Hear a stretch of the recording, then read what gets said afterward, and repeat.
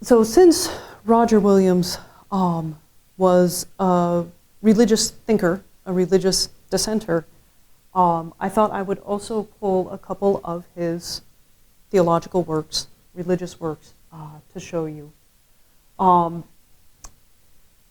These are both anonymous works. He is not actually listed as the author on the title page. And one is sort of a pamphlet or a short tract, and the other is more of a full-length book.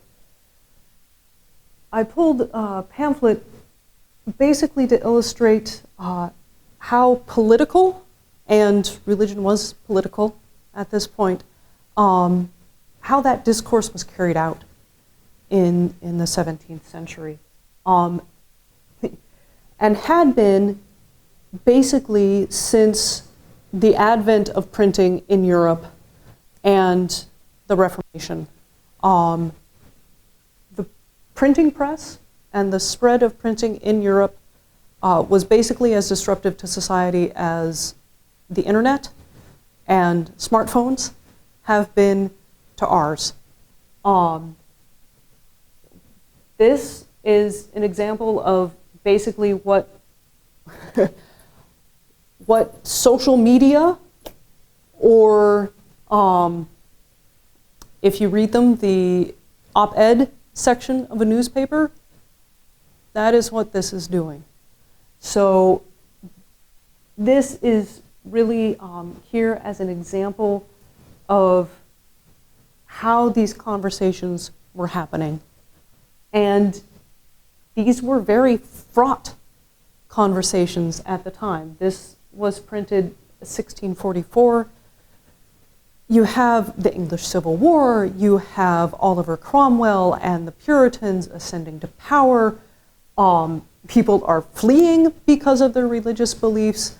People are being imprisoned because of their religious beliefs, occasionally being killed because of their religious beliefs. So this is kind of dangerous business for both the authors and the printers. And you'll notice this says perused and allowed according to order. Censorship was a matter of course in English printing and publishing at this time.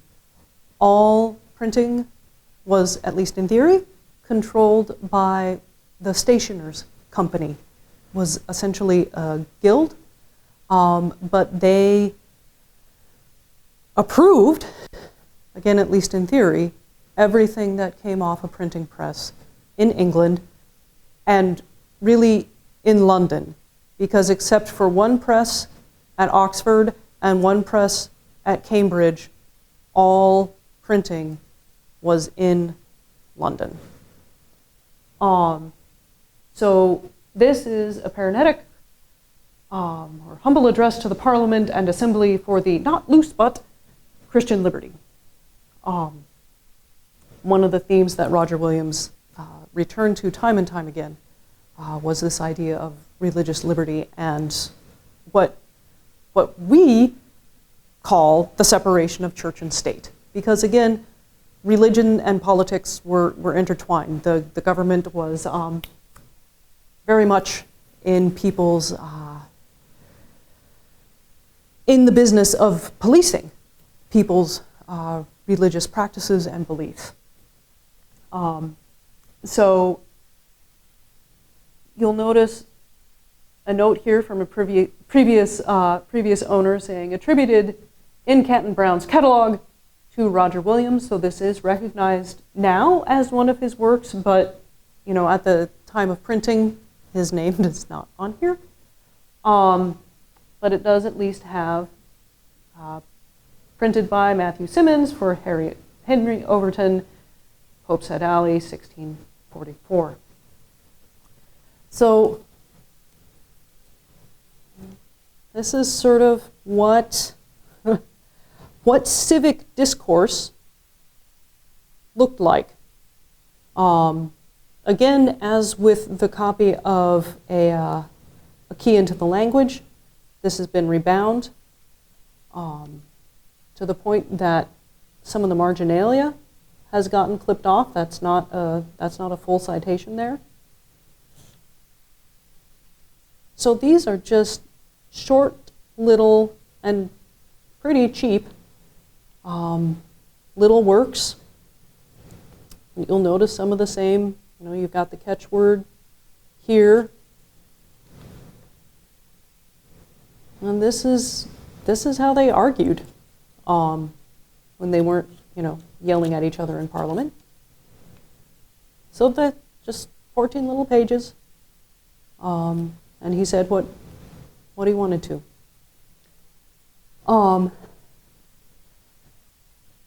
The book, you may notice right away some things that are different about this book from the other books I've shown. You can see there's some damage along the front cover here. It looks kind of chewed on. The corners are, we call this kind of damage foxing. So basically where the corners get rubbed away from being basically slid off on and off a shelf, possibly packed with other books. The spine, the head, call it the head, has basically been pulled off.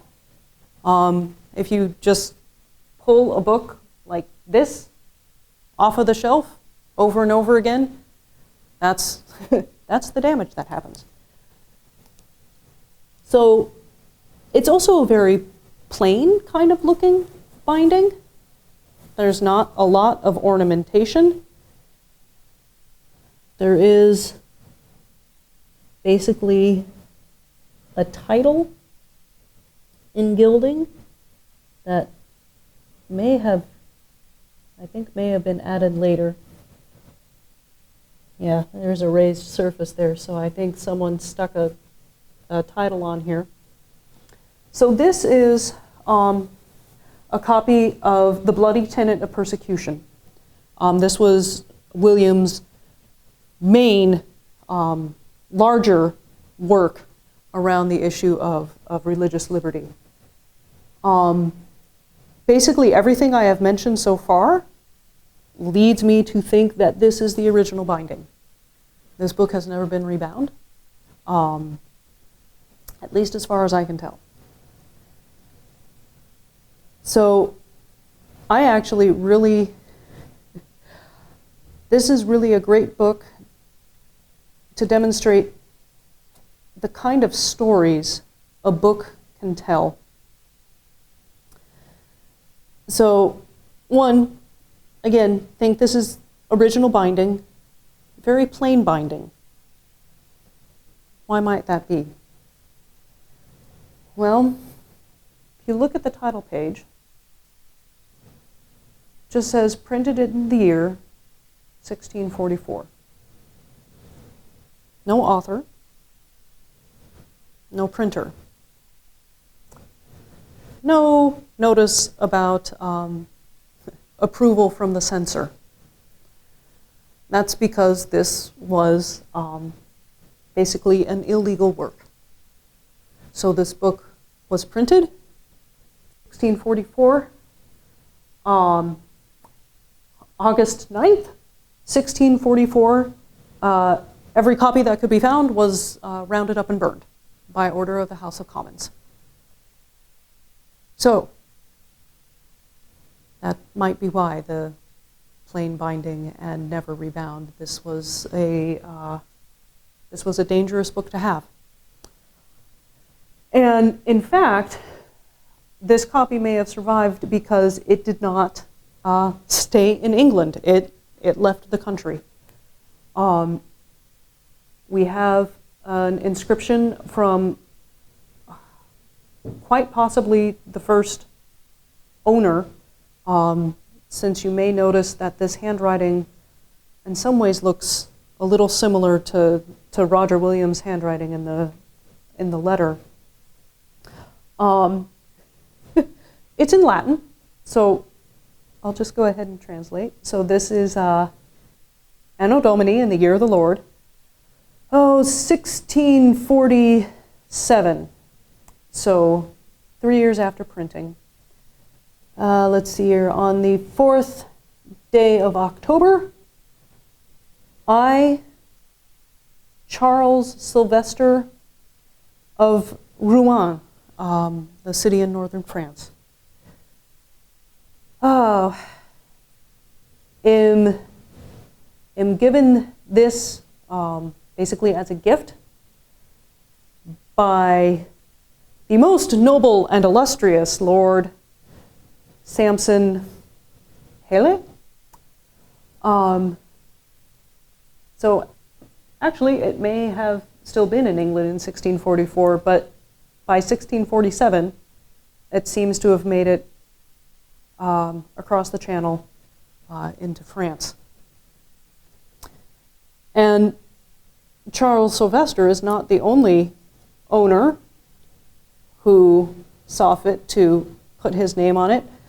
The next one, chronologically, is this R. Brooke, I think that's R. Brooke Aspland of Dullenfield, or something like that. But in England, and this is his note, which I find very interesting. The Bloody Tenant says, Mr. Underhill is of great rarity, but 6, underlined, copies are at present known to exist of the original editions. So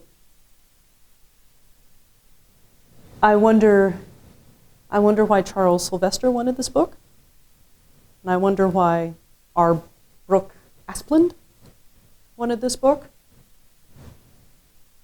And then the final ownership inscription, and then how it came to be at Yale, is that of Henry M. Dexter. And actually his ownership inscription is on both of these works. He was a Yale Doctor of Divinity and gave his library to Yale. And actually there's a note here that says it's in Mr. Dexter's room. So apparently he just kept it in his office and then gave it to Yale when he was done with it. Getting back to the book itself, you can see the front cover is in danger of coming off. The benefit to us in this kind of damage is that you can see very clearly the binding structure. You can see the cords running through the middle there that quite literally bound this book together. Again, we have the really nice rag paper. You can hear it crinkle just a little bit as you turn the pages. You can see where the spine is split. Some of the pages have started to come detached.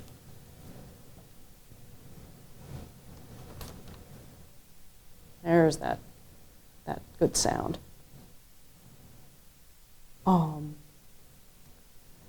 But this is just, I think, a book that could tell a lot of stories, could be some fun mysteries to look into if you find that sort of thing fun.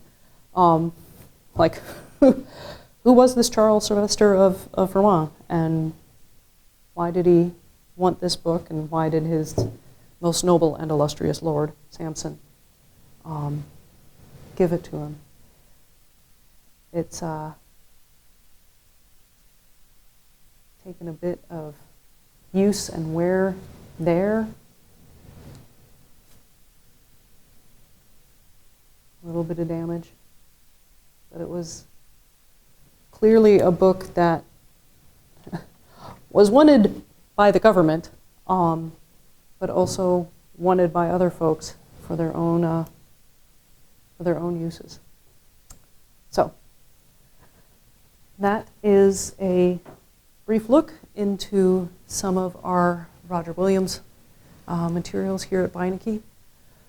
And I look forward to taking your questions. Thanks.